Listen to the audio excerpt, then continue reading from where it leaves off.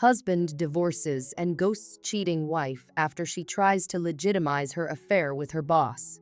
Today, my marriage might officially end, though in my heart, I feel it's already over.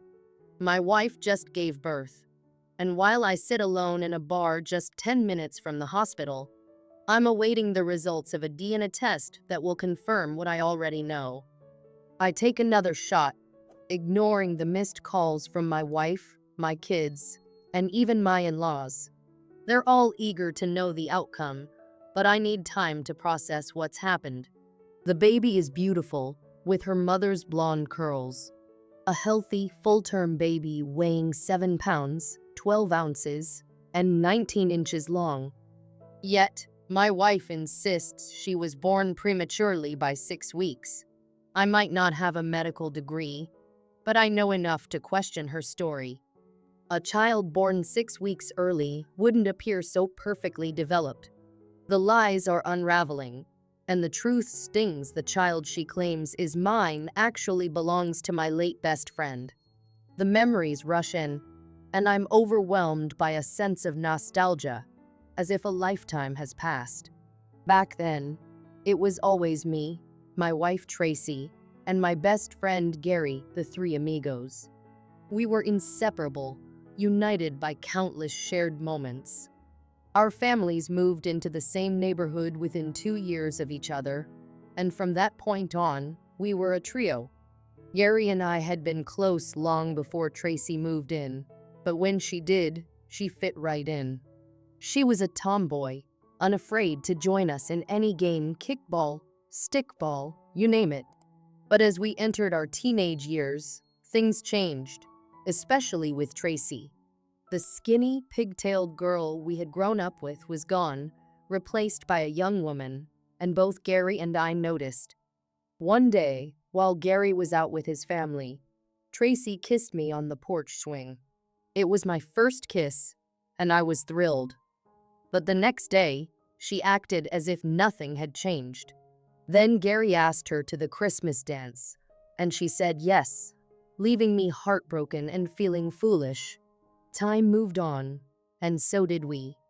Tracy and Gary became a couple in high school, while I drifted into other relationships and friendships. By college, though, Tracy and I reconnected. She and Gary had broken up, and she invited me to her sorority formal.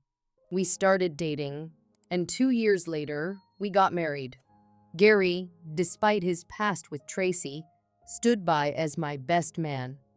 Years passed, and we received the news that Gary was seriously ill.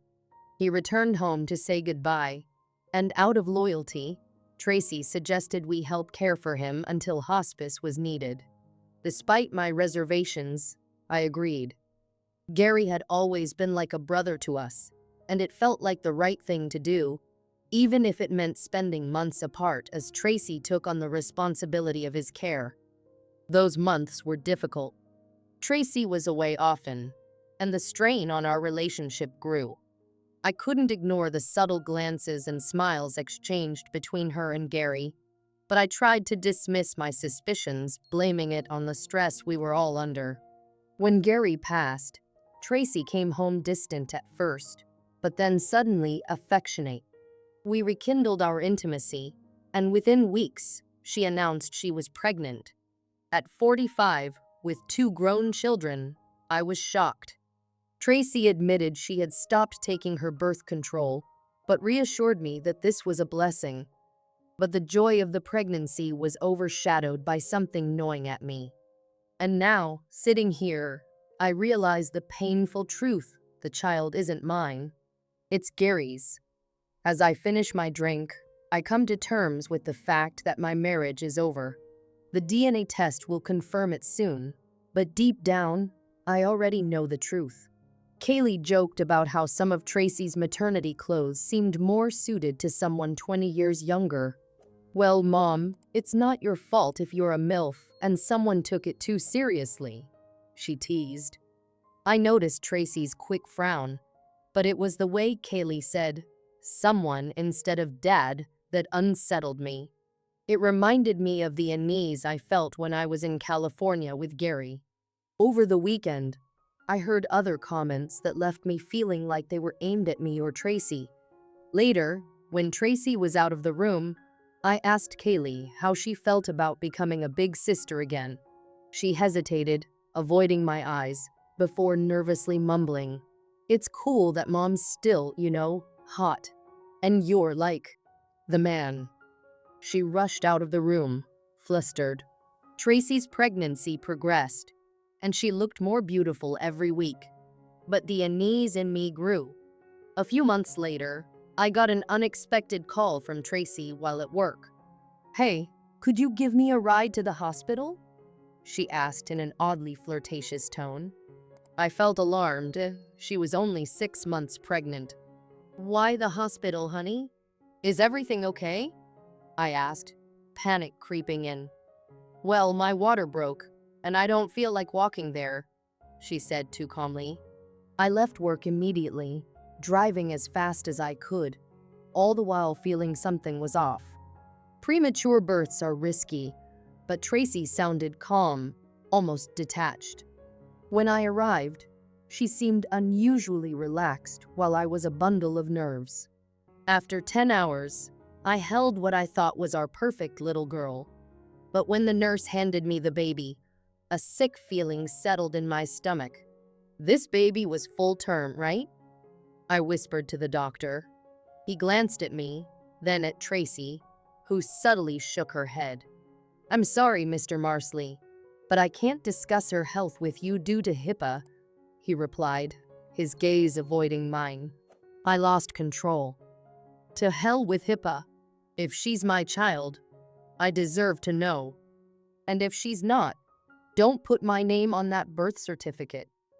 The room fell silent. I stormed out, ripped off my scrubs, and went to a bar to drown my anger. I didn't return to the hospital until the next day. Tracy sat by the baby, looking sad but composed. "Bobby," she said, her voice trembling, "I didn't plan this. I was trying to support Gary. Things got complicated, and one night we crossed a line. We were together for 4 months, and I wasn't on birth control. It could have been you, but it wasn't." "You were with him while Kaylee was here?" I asked, the realization hitting hard. She nodded, blushing. "Kaylee knew. She kept it a secret for me," Tracy admitted, tears spilling down her face. "Did Jeffrey know? Our parents?" I asked, feeling utterly betrayed. "No, only you, me, and Kaylee know. I thought you'd understand. Geraldine might not be biologically yours, but she's ours to raise. We need to be there for her," she pleaded. "Best friend," I spat. "Gary wasn't a friend if he slept with my wife. And you think keeping it a secret makes it better?" "No, Tracy. I won't raise a child from your affair with Gary." Tracy looked crushed. "I know I hurt you, Bobby, but can't we move past this? 24 years together, and you couldn't respect our vows. I can't raise a child from your affair with Gary," I said, walking away. The house felt hollow after the kids left. Tracy tried to involve me with the baby, but I refused. One night, her frustration boiled over. "You're acting like a child," she shouted, thrusting the baby into my arms. "Take responsibility." I stared at her, walking away without a word. Work became my refuge. Being at home felt like torment. I couldn't blame the baby, but I couldn't take responsibility for her either. Finally, I decided on a divorce.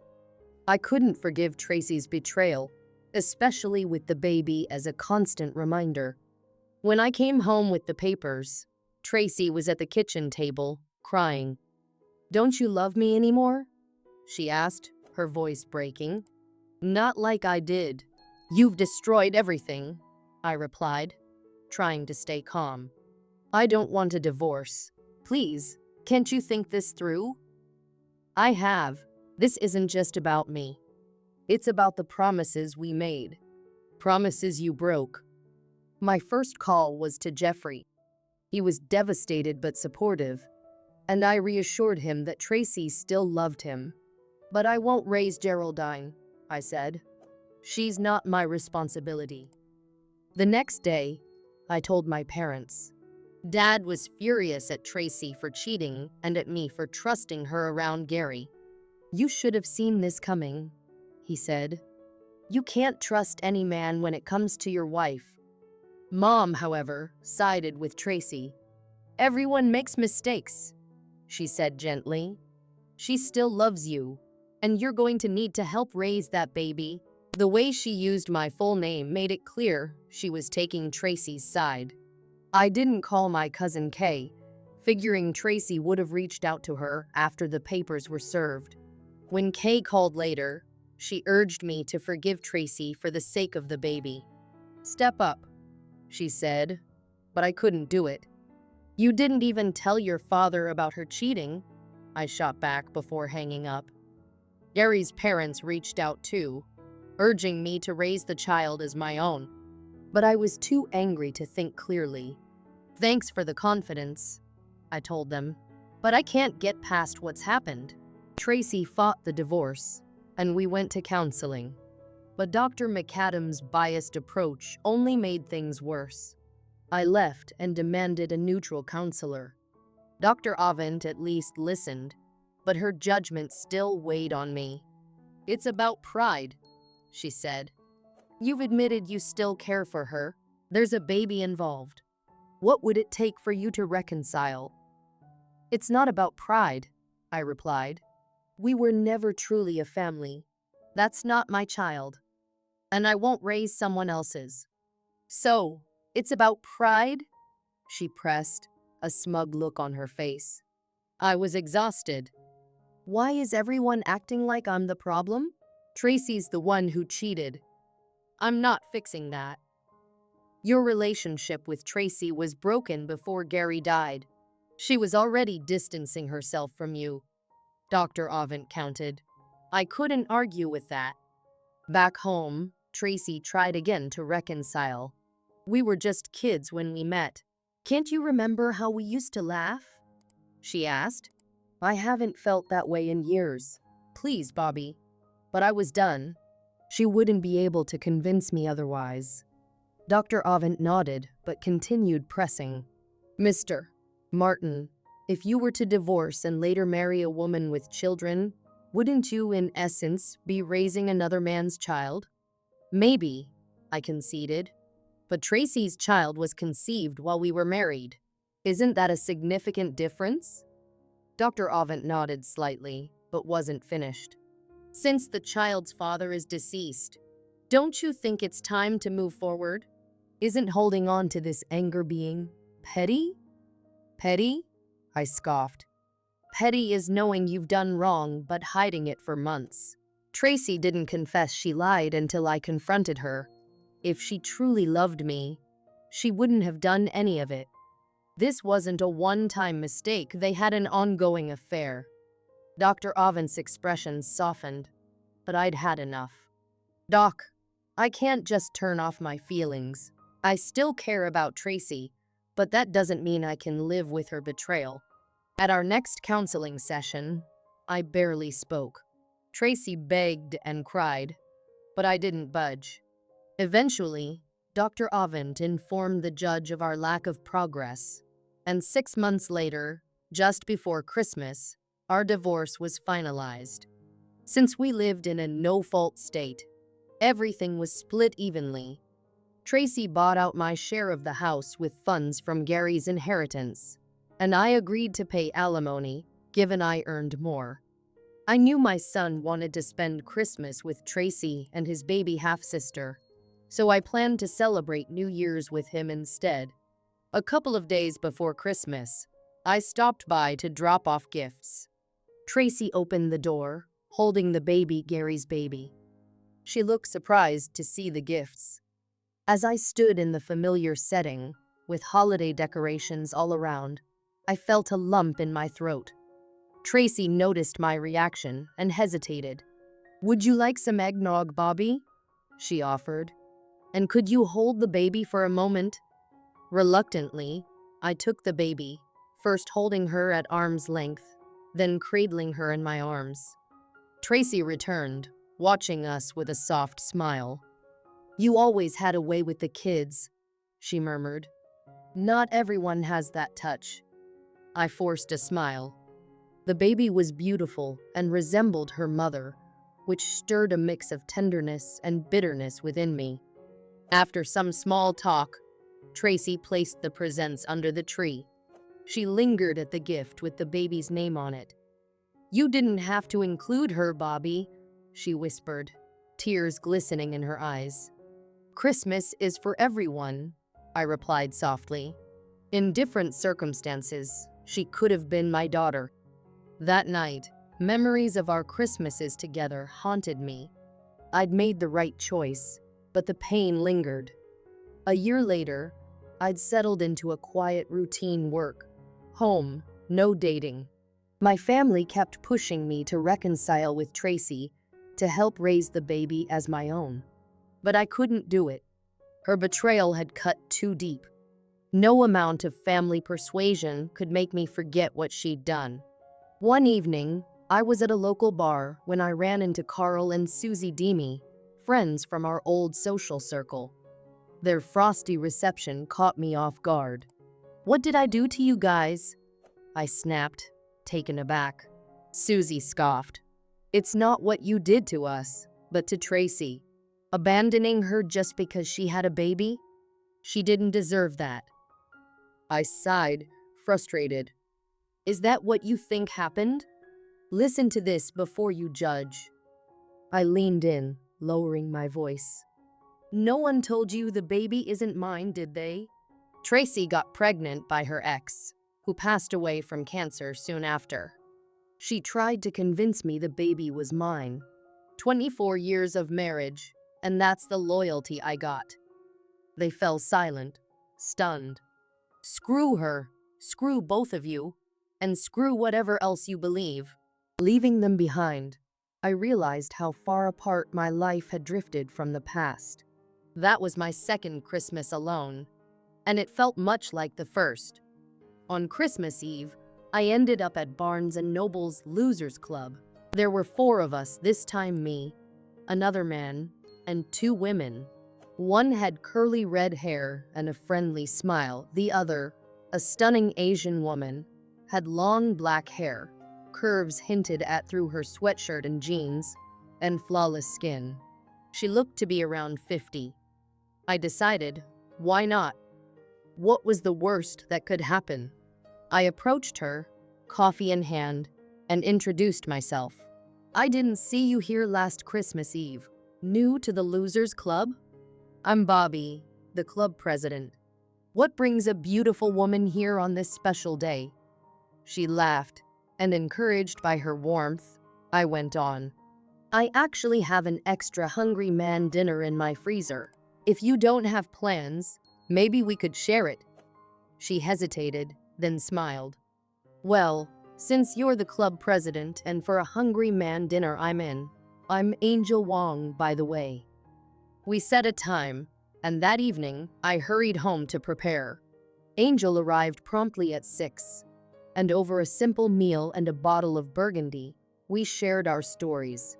Angel, 52, had divorced a decade earlier after a 16-year marriage that had turned abusive. A counselor helped her see she deserved better. And though her ex was convicted of battery and had served time, the scars lingered. By the time we settled on the couch to watch Christmas movies, it felt like I'd known her forever. After A Christmas Carol and The Grinch, she drifted off during It's a Wonderful Life. I covered her with a quilt and soon dozed off too. When I woke, Angel's head was on my chest and my arm around her. She stirred, and as I lifted my head, I gently kissed her nose. Her cheeks turned pink. "Morning," she whispered shyly. "Merry Christmas," I replied, holding her a little closer. We lay there, wrapped in the warmth of the moment, until she quietly asked, "Do you feel this too?" "Yes," I answered, without hesitation. Our lips met in a kiss that seemed to chase away the loneliness, as if we were exactly where we were meant to be. Afterward, I invited her to stay for Christmas dinner. She laughed, agreeing. "I'll need a shower and a change of clothes." "My shower's big enough for two," I teased. She blushed, but replied with a wink. "If you don't mind seeing me without makeup, I'm in." As I prepared dinner, we found a lightness in each other's company that I hadn't felt in years. That's when my son, Jeffrey, arrived unexpectedly. He stopped, clearly surprised. "Mom sent me to bring you back for Christmas dinner," he said, looking amused. "But I see you're not alone after all." After introductions, I sent Jeffrey on his way, promising to meet up later. Angel looked at me with a smile. "That wasn't too awkward, was it?" "Not at all," I replied, laughing. "Actually, how about ringing in the new year together too?" Our relationship grew from that moment, and within 6 months, we were rarely apart. My son supported us, though my parents and daughter still held out hope for a reunion with Tracy. A year later, Angel and I had a small wedding, even though my daughter, Kaylee, protested that Tracy wasn't invited. Years later, at Kaylee's wedding, Tracy and Angel met for the first time. Angel, sensing the tension, kept a respectful distance. But with her by my side, I felt a deep contentment I hadn't known in years. Even now, Tracy and her parents still believe Angel was just a temporary replacement. But as we recently celebrated 25 years together, we've proven them wrong. It's been a quiet journey, but as I look back, I can say it was worth every twist and turn. In that moment, Dave eagerly took the lead. Although Lisa enjoyed herself, she could only reach her peak by closing her eyes and picturing John's touch. The next morning, even as Dave woke her gently, the way he used to, she found herself struggling to connect fully, imagining it was John instead. Later, feeling bold, Lisa tried to bring up her deeper desires with Dave. To her surprise, he responded openly, even suggesting they explore roleplay together. His enthusiasm nearly convinced Lisa to let go of her plans with John, but John grew impatient. Despite her efforts to keep him interested, he started pulling away, finally giving her an ultimatum: be with him, or he'd have to leave her life. Feeling trapped, Lisa promised to think about it, hoping to find a solution. One weekend, her obsession with the idea of a three-way left Dave suspicious. He couldn't ignore her late nights or the smudge of lipstick she'd come home with. He decided to dig deeper to find out the truth. By Monday, Lisa was ready to meet with John. As they discussed plans, John made it clear, if Dave refused her request, he was done. Feeling pressured, Lisa rehearsed a speech, determined to approach Dave with confidence.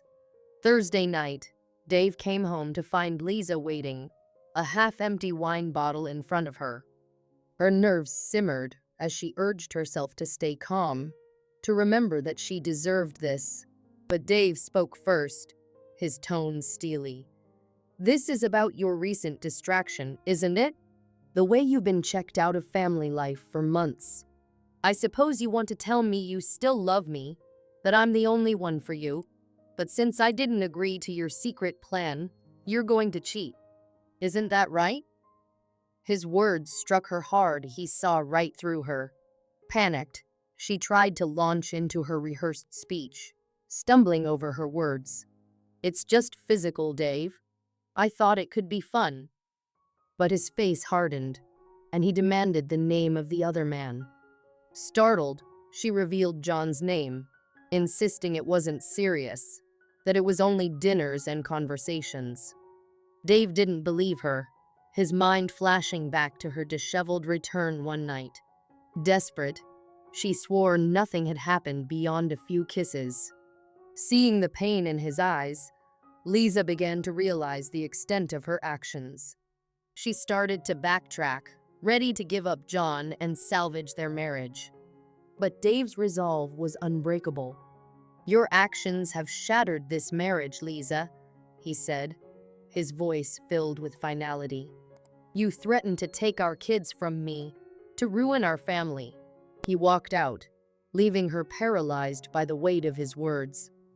As he drove away, she sank to the floor, too stunned even to cry. The full consequences of her choices washed over her, filling her with dread. The next morning, she frantically called everyone, searching for any sign of Dave. But no one had seen him. She combed the city, desperate for a trace, but returned home in despair. By Monday, Lisa received a call from Dave's mother. Her children didn't want to see her, and her in-laws no longer welcomed her in their home. Lisa's guilt deepened as she realized the damage she'd caused. Desperate to reconnect with her children, she decided to visit her in-laws unannounced, hoping to bring them back. But as she pulled up to their house, she noticed her own parents' car in the driveway. Her parents emerged from the door and firmly guided her back to her car, refusing to let her inside. They explained that the children were with Dave, safe, and that he'd needed time to reflect. At home, her mother made tea as her father gently broke the news. Dave had taken the children to visit an old friend, Deborah, who had recently divorced. They seemed to get along well, her parents admitted, and they couldn't ignore Dave's perspective. Her father emphasized that emotional betrayal was still betrayal, and it had torn their family apart. Lisa felt the weight of her actions settle in as her parents looked at her with icy disappointment. Her father added, "Lisa, your threats to take the kids, to hurt Dave, those aren't things a family forgets." Outraged, she declared she'd fight for custody, claiming the courts would take her side. But her mother's response stilled her. "Lisa, this isn't about proof. It's about what's best for the kids." As the reality of her situation dawned, Lisa stormed out, her mind spinning with anger and sorrow. 2 weeks later, the interim court order favored Dave, who now had a stable job, a strong bond with the children, and a clear role as their primary caregiver.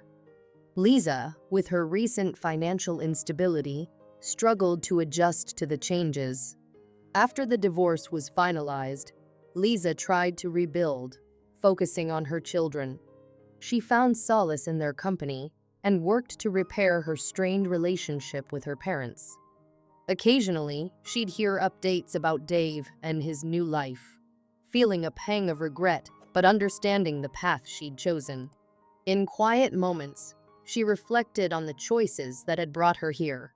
It wasn't a perfect life, but she was learning to find peace, determined to move forward one day at a time.